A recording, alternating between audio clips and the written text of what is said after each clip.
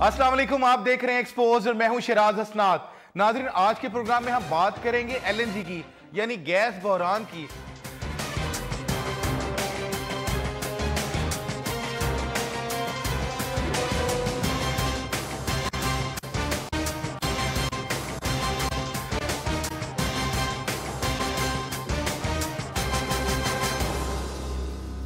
अगर आप नजर दौड़ाएं तो सर्दियों के आते साथ ही हर तरफ आपको गैस गैस गैस और यही अल्फाज सुनने को मिल रहे हैं। किसी भी शहर, किसी भी इलाके में चले जाएं, हर कोई सिर्फ गैस ना आने का या गैस प्रेशर कम होने का रोना रोता नजर आता है। मगर इसकी हकीकत क्या है और गैस बहरान हल क्यों नहीं हो पा रहा, ये तमाम बातें हम आज के प्रोग्राम में एक्सपोज करेंगे। मगर इसका जो सबसे अहम नुक्ता था वो ये था कि हुकूमत ने अपने इस टेन्योर में ऐलान किया कि वो एलएनजी यानी लिक्विफाइड नेचुरल गैस को इंपोर्ट करेंगे, जिसके बाद पाकिस्तान में जो कुदरती गैस का बहरान है उसको हल करने में बहुत हद तक मदद मिलेगी। मगर अनफॉर्चुनेटली जैसे ये प्रोजेक्ट स्टार्ट हुआ तो बहुत ज्यादा क्वेश्चन मार्क्स इसके ऊपर आना शुरू हो गए। कभी ये कहा गया कि इसकी इंपोर्ट में तमाम कवानीन को पसे पुष्ट डालकर ये कार्रवाई की जा रही है, तो कभी ये कहा जा रहा था कि कुछ खास कंपनियों को इसमें नवाजा जा रहा है। मगर कुछ ऐसे सबूत थे, कुछ ऐसे अहम इंकशाफात थे जो मंजर आम पर नहीं आ सके, और आज वही सब कुछ हम आपको एक्सपोज करेंगे और हम आपको बताएंगे कि किस तरह जो एलएनजी का ठेका था एक खास कंपनी को उसके लिए नवाजा गया, किस तरह तमाम कवानीन को पसे पुष्ट डालकर, कवानीन की धज्जियां उड़ाकर एक कंपनी को नवाजा गया। और ये मैं नहीं कह रहा, ये ऑफिशियल इंक्वायरी रिपोर्ट कह रही है, जो नेशनल अकाउंटेबिलिटी ब्यूरो नैब, जो पाकिस्तान का एक मुस्तनद इदारा है करप्शन के हवाले से, वो अपनी इस इंक्वायरी रिपोर्ट में ये बयान कर रही है कि जी हां बिल्कुल, जो एलएनजी का ठेका दिया गया, जो एलएनजी एक्सपोर्ट का ठेका था, जो एलएनजी के टर्मिनल का ठेका था, जो एलएनजी की सारे मामलात थे, उस पर एक बहुत बड़ा सवालिया निशान है। उसमें मुबैना तौर पर करप्शन की गई, उसमें मुबैना तौर पे बहुत सारे रूल्स को पसे पुष्ट डाला गया, और इसका मकसद सिर्फ और सिर्फ एक कंपनी को ऑब्लाइज करना, इसका मकसद सिर्फ और सिर्फ चंद अफराद को ऑब्लाइज करना था। इसकी हकीकत क्या है, ये रिपोर्ट आपको स्क्रीन पे चलती हुई नजर आ रही है। मैं सिर्फ कुछ इंपॉर्टेंट फैक्ट्स इसके आपसे शेयर कर लूं कि इस इंक्वायरी रिपोर्ट के जो कंप्लेंट थी, पिछले साल 2014 के अवाइल में शाहिद सत्तार जो माहिर तवानाई हैं, उन्होंने जब इसमें देखा कि एलएनजी के इस मामले में कुछ गलतियां हो रही हैं, कुछ करप्शन हो रही है, तो इसकी उन्होंने एक दरखास्त चेयरमैन नैब को दी, और चेयरमैन नैब ने जुलाई 2014 में कराची नैब को ये अहकाम जारी किए कि वो इस पर कार्रवाई शुरू करे। बहरहाल तकरीबन इस तमाम मामलात में 1.5 से 2 साल लगा। फिलहाल नैब ने इसकी जो इनिशियल इंक्वायरी रिपोर्ट है उसको कंप्लीट कर लिया है। इस इंक्वायरी रिपोर्ट के कुछ सिर्फ चंद एक सीधा पॉइंट्स में आपसे शेयर करता चलूं कि इस इंक्वायरी रिपोर्ट में उन्होंने जो मिनिस्टर हैं पेट्रोलियम के शाहिद खाकान अब्बासी, उनको भी मुबैना तौर पर जिम्मेदारों में डिक्लेयर किया है। इस इंक्वायरी रिपोर्ट में वाज़ेह तौर पर चेयरमैन नैब से यह इस्तदा की गई है कि बाकायदा तफ्तीश के लिए, इन्वेस्टिगेशन के लिए उन्हें इजाजत दी जाए, क्योंकि वो ये समझते हैं कि इस इंक्वायरी रिपोर्ट में इब्तदाई तौर पे बहुत बहुत बड़े गबन सामने आए हैं, और किस तरह एक कंपनी को नवाजने के लिए पेपरा रूल्स पर से कुछ डाले गए, किस तरह जो पोर्ट कासिम अथॉरिटी थी उसने जिस टर्मिनल के लिए पहले इनकार किया उसी टर्मिनल के लिए दे दिया, पीएसओ का रोल क्या था, और ये तमाम मामला पे बात हम करेंगे। मगर इसके लिए हमारे साथ मौजूद हैं इस्लामाबाद से हमारे नुमाइंदा खसूसी सुहेल इकबाल भट्टी। सुहेल, बहुत शुक्रिया। बहुत खौफनाक रिपोर्ट नैब ने इनिशियली जो इंक्वायरी रिपोर्ट जारी की, आमतौर पे शाहिद खाकान अब्बासी जो हर जगह एलएनजी को डिफेंड करते नजर आ रहे थे, इस इंक्वायरी रिपोर्ट में शाहिद खाकान अब्बासी को ही शामिल कर लिया गया, और ये कहा जा रहा है कि उनके भी जो किरदार इसमें रहा वो उस पर सवालिया निशान है, और उनसे भी तफ्तीश करने की इजाजत दी गई है। कुछ अहम पॉइंट्स इस रिपोर्ट के जरा हमारे नाज़रीन से शेयर कीजिए। देखिए शराज, मुस्लिम लीग नून की हुकूमत ने जैसे इक़्तिदार संभाला था तो सबसे पहला जो टास्क था उस वक्त एस्टेब्लिश था मुल्क के अंदर एनर्जी क्राइसिस का। स्पेशल हुकूमत ने इनिशिएटिव लिया, अनाउंसमेंट हुई, और ये डिसाइड हुआ कि शॉर्ट टर्म और मीडियम टर्म जो सॉल्यूशंस हैं वो एलएनजी का है। हम एलएनजी इंपोर्ट करेंगे, अपना टर्मिनल बनाएंगे, और एक बड़ी विगरसली एफर्ट्स स्टार्ट की गई।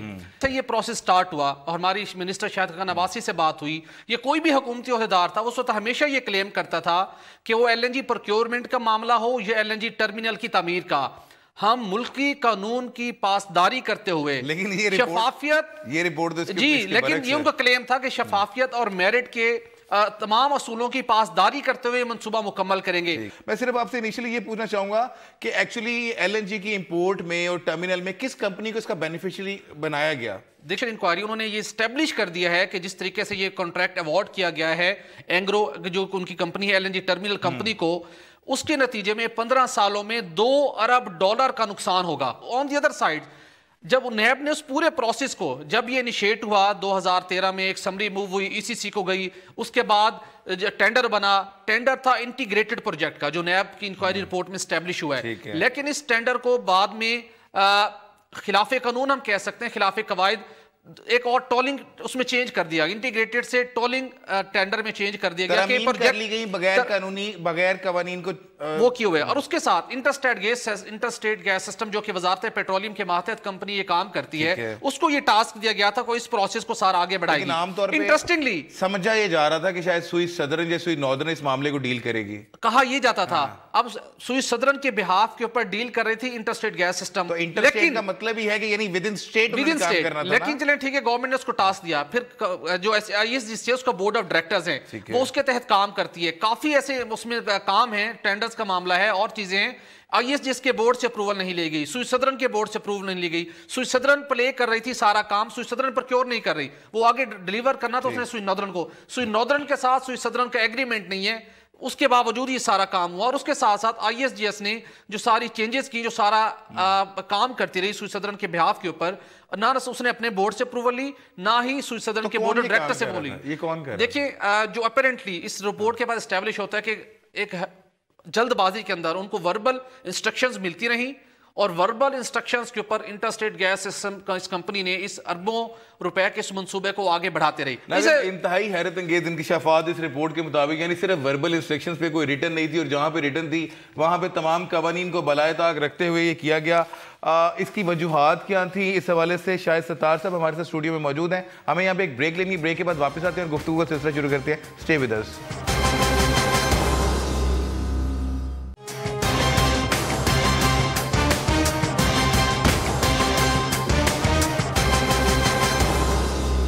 Welcome back after the break. नाज़रीन, ब्रेक पे जाने से पहले हम बात कर रहे थे नैब की इस इंटरिम रिपोर्ट के हवाले से, जिसपे नैब ने मजीद इंक्वायरी के लिए अपने चेयरमैन को कह दिया है और उनके चेयरमैन उम्मीद है कि जल्द ही इसकी इंक्वायरी के ऑर्डर कर देंगे। मैं थोड़े से सिर्फ इसके फैक्ट्स आपसे शेयर कर लूं कि इसमें जो मेन एक्सपेक्टेड अक्यूज रखे गए उनमें आबिद सईद हैं, executive petroleum and natural resources.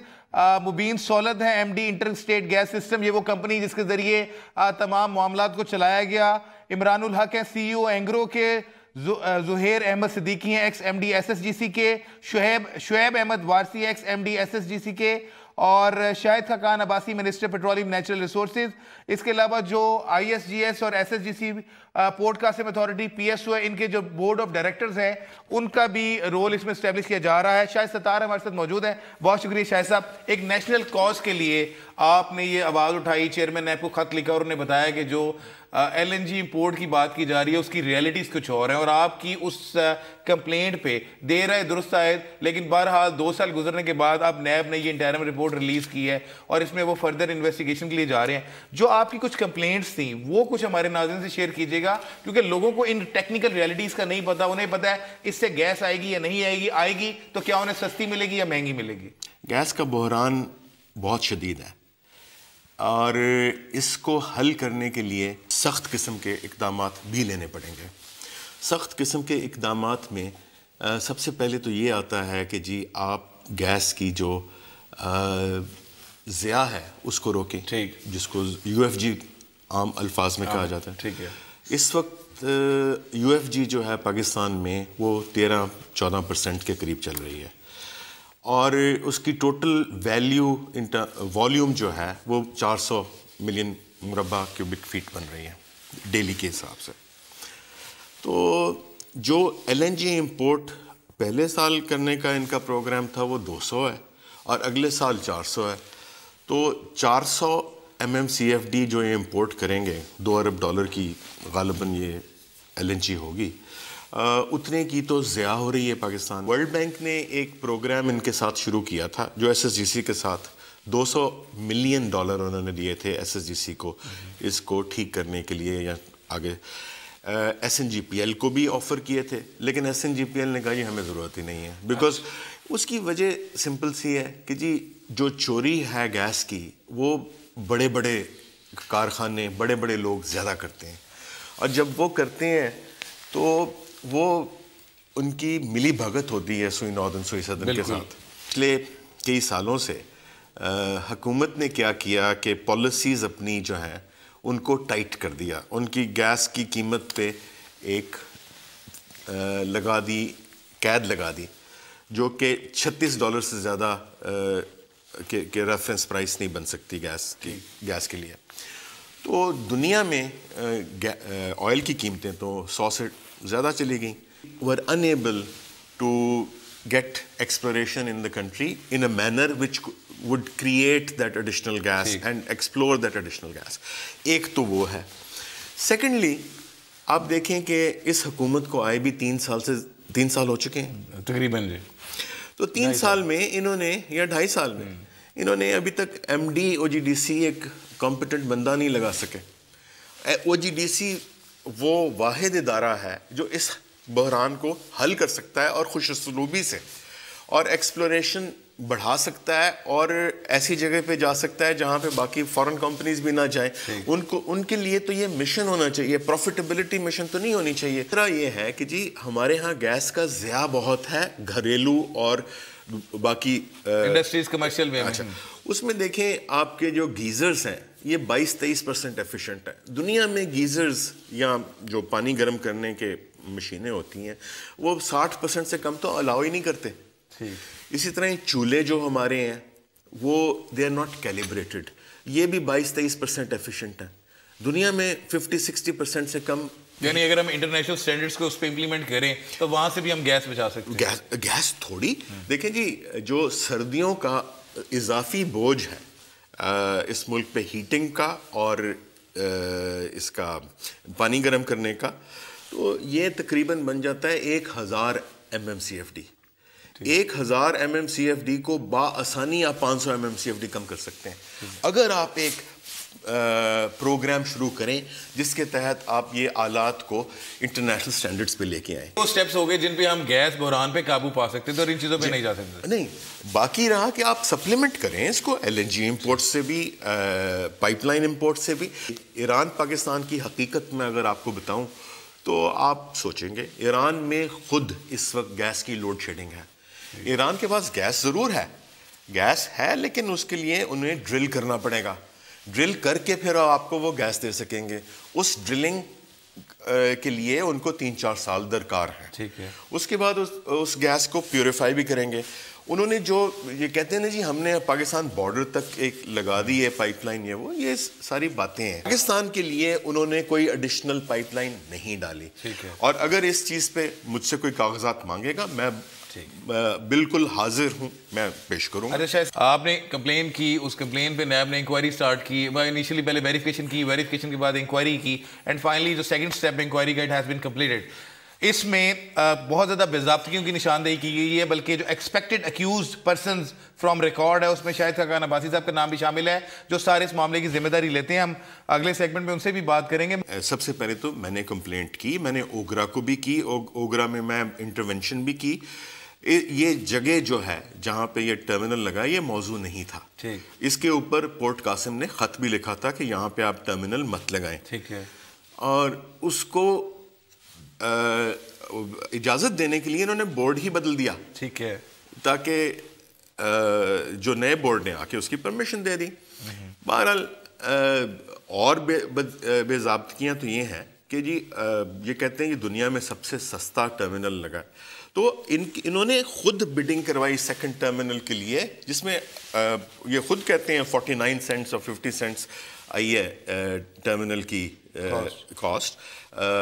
ठीक है, हमारा कोई वास्ता नहीं है उसके कैपिटल कॉस्ट से, लेकिन 49, 50 सेंट्स और 66 सेंट्स में 15 साल में $500 मिलियन का फ़र्क है। जी, जो 15 साल का कॉन्ट्रैक्ट किया जी, 15 साल के कॉन्ट्रैक्ट में $500 मिलियन का फ़र्क है। ये कोई छोटी रकम नहीं है। ले इन्होंने क्वालिफाई किया पिछले टेंडर, उसमें उसी कंपनी ने जिसने सेकंड टेंडर में उनको डिस्क्वालीफाई किया। फिर एक सिंगल टेंडर बेसिस पे, सिंगल बिड बेसिस पे इन्होंने खोली और उसको अवार्ड कर दी 66 सेंट्स पे। जो पेपरा रूल्स की हकीकत आप देखें तो आप उसमें देखें कि उसमें आप अवार्ड कर सकते सिंगल टेंडर बेसिस पे, सिंगल जब तक कि आपने पिछले 18 महीने में उस जैसा प्रोजेक्ट अवार्ड ना किया हो। टर्मिनल हमें सिर्फ इसकी टोलिंग फी से महंगा नहीं पड़ रहा, ये इसलिए भी महंगा पड़ रहा है कि यहाँ पे जो जहाज आते हैं वो छोटे होते हैं जी। जो हमारी जो PQA का भी एतराज़ था, और यहाँ पे क्यूमैक्स और क्यूफ्लेक्स जहाज नहीं आ सकते। जो इस सेगमेंट के आखिर में सिर्फ ये बता दीजिएगा कि नैब से अब आपकी क्या बातचीत चल रही है regarding the investigation of this case. उन्होंने मुझे 3-4 मरतबा बुलाया है, मैं गया हूँ, जो कागजात मेरे पास थे मैंने इनको दिए। मैं सुई सदन के बोर्ड पे भी था, मैं ये जो इंटरस्टेट गैस के बोर्ड के पे भी था एक ज़माने में।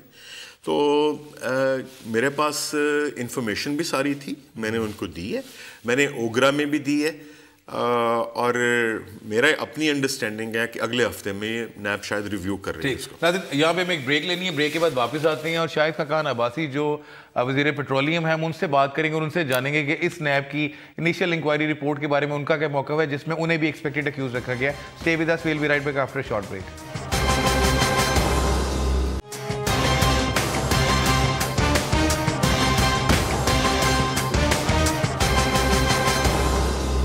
Welcome back after the break. नाज़रीन, इस तमाम मामले पे बात करने के लिए हमारे साथ मौजूद हैं वफाकी वजीर पेट्रोलियम शाहिद खाकान अब्बासी। बहुत शुक्रिया अब्बासी साहब। ये बताइएगा कि नैब ने एक इंटरम रिपोर्ट, इंक्वायरी रिपोर्ट जारी की है जिसमें LNG के ऊपर बहुत ज्यादा सवालिया निशान छोड़े जा रहे हैं, और नैब बाकायदा तौर पर अब दरखास्त कर रहा है कि इस मामले को एक स्टेप आगे ले जाके उसकी इन्वेस्टिगेशन की इजाजत दी जाए। इस पर आपका क्या कहना है? देखिए, हम तो वेलकम करते हैं हर किस्म की इन्वेस्टिगेशन को, लेकिन जहां तक नैब का ताल्लुक है कोई रिपोर्ट हमारे पास नहीं आई। एक हमारी 2 कंपनी से उन्होंने चंद महीने पहले कुछ डेटा मांगा था, तो डेटा हमने प्रोवाइड कर दिया।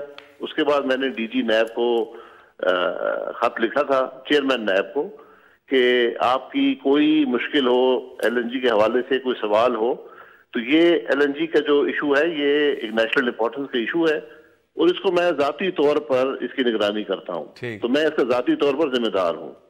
इसलिए कोई उनको मसला हो तो मुझसे बात कर लें।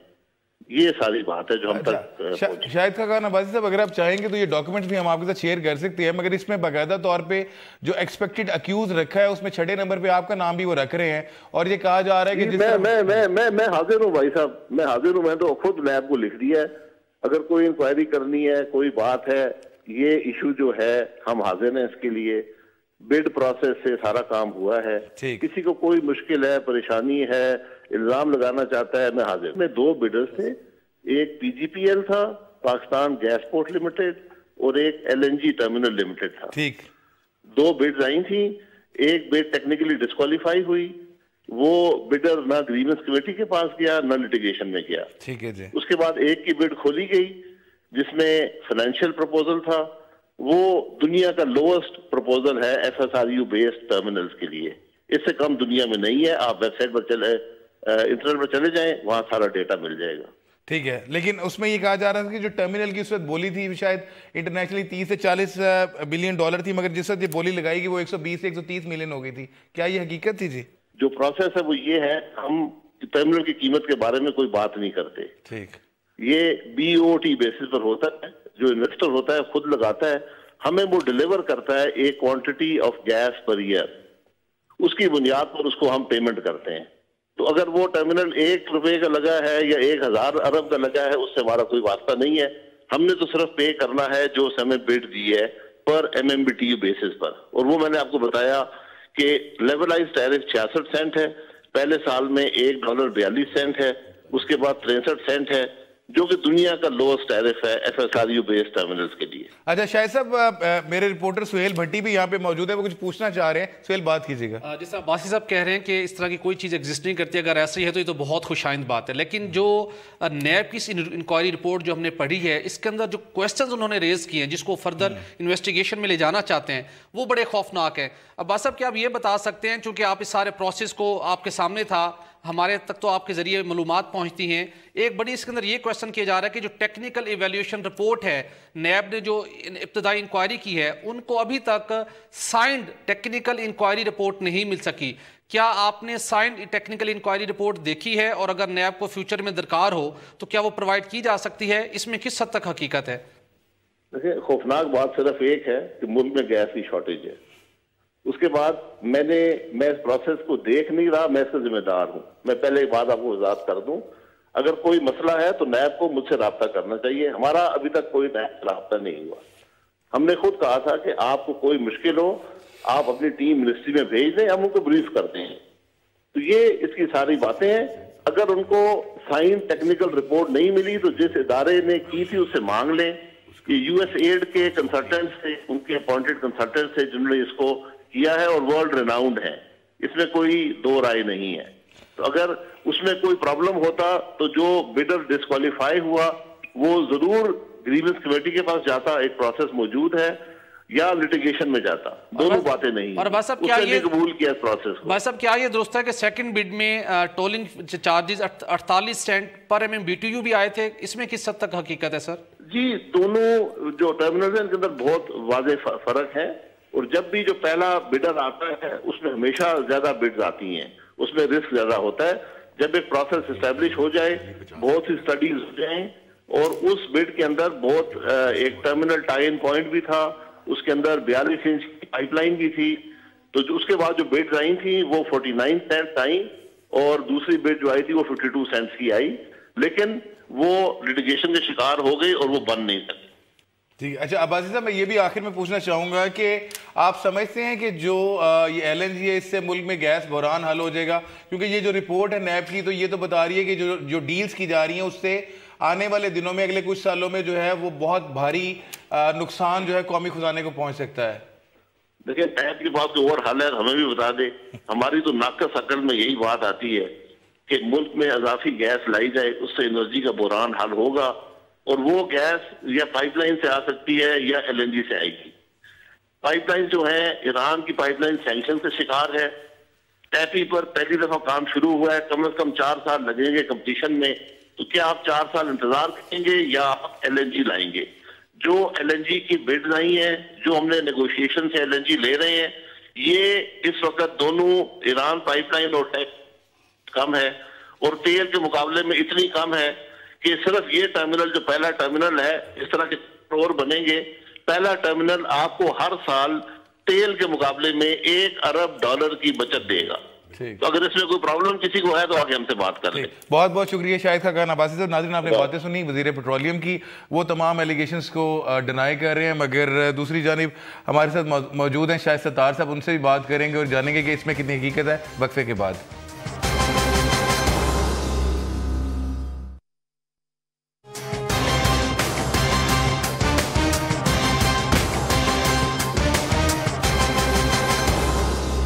Welcome back after the break. नाज़रीन, ब्रेक पे जाने से पहले मिनिस्टर पेट्रोलियम शाहिद खान अब्बासी इस नैब की इंटरम रिपोर्ट के हवाले से अपनी क्लैरिफिकेशन दे रहे थे और उनका यही कहना था कि इस इंटरम रिपोर्ट के बारे में उन्हें कोई मालूमात नहीं है और वो हर फोरम पे इसको फेस करेंगे।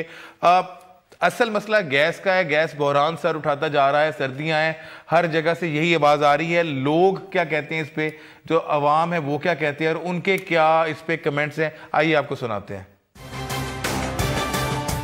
गैस नहीं होती तो आपको पता है फिर कितना मसला होता है, कितनी प्रॉब्लम होती है।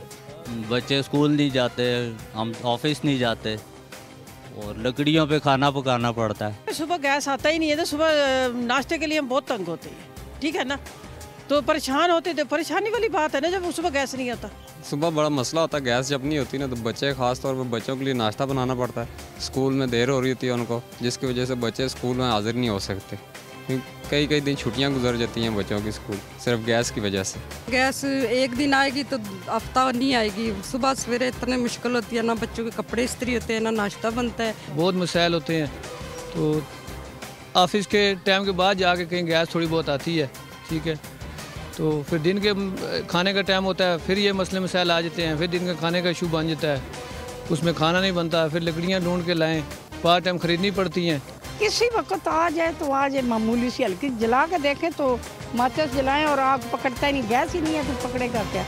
रोज़ रिपोर्टर करके हम थके हैं। ये इनका कप्तान ऑफिसर वहाँ जाते हैं, कहते हैं जी बस अभी आएगा, कल आएगा, कोई कुछ है भी नहीं आता। बिल्कुल जी बिल्कुल। नाज़रीन, आपने लोगों की बातें सुनी, किसी को नहीं मालूम एलएनजी क्या है क्या नहीं है। उनका तो सिर्फ यही कहना है कि गैस नहीं आ रही, उनके घर के चूल्हे ठंडे हैं, गैस आएगी तो वो कुछ पकाएंगे, कुछ कर सकेंगे। इससे उन्हें कोई सरोकार नहीं है कि एलएनजी डायरेक्ट सिस्टम में किस तरह इंपोर्ट हो रही है, उसका इम्पैक्ट क्या होगा और जो दूसरी गैस है जिसे हम सुई गैस कहते हैं वो उन्हें किस तरह मिलेगी। सुहेल, दोबारा आपकी तरफ आता हूँ, मुझे सिर्फ ये बताइएगा कि जो ये रिपोर्ट है इसके चीदा पॉइंट्स क्या हैं, क्योंकि जो एलिगेशन इसमें रेज किए गए हैं वो अब आगे इन्वेस्टिगेशन के प्रोसेस में जा रहे हैं, तो इस पे नैब का क्या कहना है इस रिपोर्ट के हवाले से? अगर सच साबित हो तो ये कौम के लिए बहुत फायदा सूदमंद है। अगर ये गलत साबित होता है तो खकान अब्बासी साहब कहते हैं कि मैंने पहले 35 इन्वेस्टिगेशन फेस की हुई हैं, एक और कर लूंगा, उनके लिए कोई इशू नहीं है। लेकिन इस नेशन ने और इस मुल्क की इकोनॉमी ने उसने असल डैमेज होना है अगर ये चीजें वाकई गलत साबित होती हैं। इसका नुकसान मुल्क को कौम का। अच्छा सुहेल, मुझे वेरी ब्रीफली जो पॉइंट्स में दिए गए हैं, कुछ लोगों के नाम हैं, ऑब्वियसली उनसे इनिशियल इन्वेस्टिगेशन इंक्वायरी की गई है, उन्हें बुलाया गया, उनकी स्टेटमेंट्स ली गई हैं। मुझे सिर्फ ये बताइएगा, क्योंकि आप नैब की बीट भी कवर करते हैं, कि ये जो इंक्वायरी रिपोर्ट है इसका इम्पैक्ट क्या है उस इन्वेस्टिगेशन के ऊपर, और जो एलिगेशन लगाए गए हैं लाइक पेपरा के ECC में डाला गया बगैर किसी वजह के, ये सारी चीज़ें इसमें मैंशन है, उसका कुछ बताइएगा। की इंक्वायरी रिपोर्ट मेरे पास मौजूद है, उसके मुताबिक उन्होंने अपना इब्तदाई काम तो कर लिया है, और मेरी इन्फॉर्मेशन के मुताबिक अब DG नैब कराची इस मामले को चेयरमैन नैब के साथ टेकअप करने जा रहे हैं, और बहुत जल्द इस मामले की इन्वेस्टिगेशन की अप्रूवल नैब DG नैब कराची को मिल जाएगी। जब इन्वेस्टिगेशन का स्टेज आनी है, वो सबसे मोस्ट क्रिटिकल स्टेज शुरू होने वाली है, जिसमें ना सिर्फ शायद खकान अब्बासी, सेक्रेटरी पेट्रोलियम, दीगर ऑफिशियल्स, बल्कि मिनिस्टर फिनांस मिनिस्टर इसाक डार साहब और ECC के जो मेंबरान हैं, जिनकी टोटल तादाद 8 है, DG नैब कराची की जानिब से चेयरमैन नैब से ये दरख्वास्त की गई है कि उनको ECC के मेंबर्स को भी इंक्लूडिंग फिनांस मिनिस्टर उनको एग्जामिनेशन करने की इजाजत दी जाए। इनिशियल इंक्वायरी की कुछ फाइंडिंग हमारे शेयर करें। 8-9 बड़े उसके मेन पॉइंट है जिसके अंदर टेकअप किए गए। एक तो ये था कि जो 2013 में जब प्रोसेस इनिशिएट किया गया, ECC को एक समरी भेजी गई, नैब ये क्लेम कर रहा है, नैब की इंक्वायरी रिपोर्ट ये क्लियर ये डिमांड कर रही है, उसके अंदर ये वो इस बात को वो क्लेम कर रहे हैं कि वो मेलाफाइड अप्रोच थी जो पहली समरी मूव हुई ECC के अंदर, ये एक बड़ा पॉइंट है। उसके बाद वो कहते हैं कि जो प्रोसेस इनिशिएट हुआ इंटीग्रेटेड प्रोजेक्ट को टोलिंग में कन्वर्ट करने का, उसके लिए जो रिक्वायर्ड अप्रूवल थी वो नहीं की गई। उसके बाद वो कहते हैं कि पेपरा रूल्स की वायलेशन की गई। उसके बाद वो कहते हैं कि इंटरस्टेट गैस सिस्टम ने जो कुछ परफॉर्म किया वो उसके अपने बोर्ड ऑफ डायरेक्टर्स से अप्रूवल नहीं था, ये काम उसका नहीं था, ये SSGC सदर ने उसने अप्रूवल नहीं। उसके बाद नैब ये क्लेम करता है कि इस प्रोजेक्ट की इनिशियल जो कॉस्ट थी वो 20 से 40 मिलियन डॉलर थी, जबकि जब इसको बाद में इसको इन्होंने मैच्योर किया वो 120 से 130 मिलियन डॉलर तक चली गई। नैब को अपनी नैब की इंक्वायरी रिपोर्ट के अंदर ये क्वेश्चन रेज किया गया। उसके साथ साथ इसमें यह कहा गया है कि जो 2 कंपनियों ने जिन्होंने बिड दी थी, एक कंपनी इसको डिस्क्वालीफाई किया गया। उसके बाद जो एक सिंगल स्टेज कंपनी को आगे बढ़ाया गया, उनकी है कि पेपरा रूल्स के मुताबिक आप एक सिंगल स्टेज के ऊपर एक कंपनी के साथ ये टेंडर अवार्ड नहीं कर सकते। बिल्कुल, आपको कंपटीशन चाहिए, आपको कोई दूसरे बिडर चाहिए ताकि कम से कम आप जाएं। और जिस तरह अब्बासी साहब ने पहले जिक्र किया कि जितना मेजर डिफरेंस है 49, 50 और 66 में, वो आने वाले 15 सालों में हमें और इसी तरह जब ये टेंडर हो गया, जिसने टेंडर कर दिया, कंपनीज ने बिड कर दी, फिर एक एजेंडा इशू किया गया जिसके अंदर फर्दर टर्म्स एंड कंडीशंस को चेंज किया गया।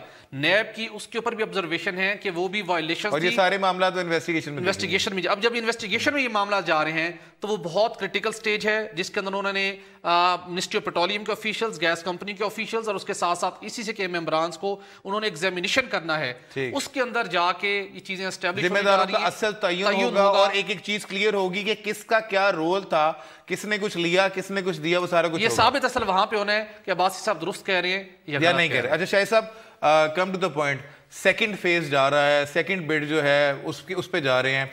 पहले के ऊपर तो आपने जो एलिगेशन लगाए वो नैब की इनिशियल इंक्वायरी उसको कुछ हद तक दुरुस्त साबित कर रही है, उसकी इन्वेस्टिगेशन बताएगी। सेकंड के ऊपर भी बहुत ज़्यादा रिजर्वेशंस हैं, क्या आप सेकंड के हवाले से भी नैब में जा रहे हैं? जी देखें, वो तो अभी मैं सोच रहा हूँ क्या करूँ, लेकिन मैंने जो टेंडर इनका आया है, जो RFP, पहले सबसे पहले तो इन्होंने जो एडवर्टिजमेंट दी उसमें लिखा जी 400 MMCFD का हमें टर्मिनल चाहिए, floating storage and regasification unit चाहिए, और जब RFP इशू किया वो 600 का कर दिया, और उसमें उसको ओपन कर दिया लैंड बेस, या उस पर तो हमें कोई एतराज़ नहीं है, लेकिन 400 से 600 आप नहीं कर सकते, ये पेपरा की खिलाफ वर्जी।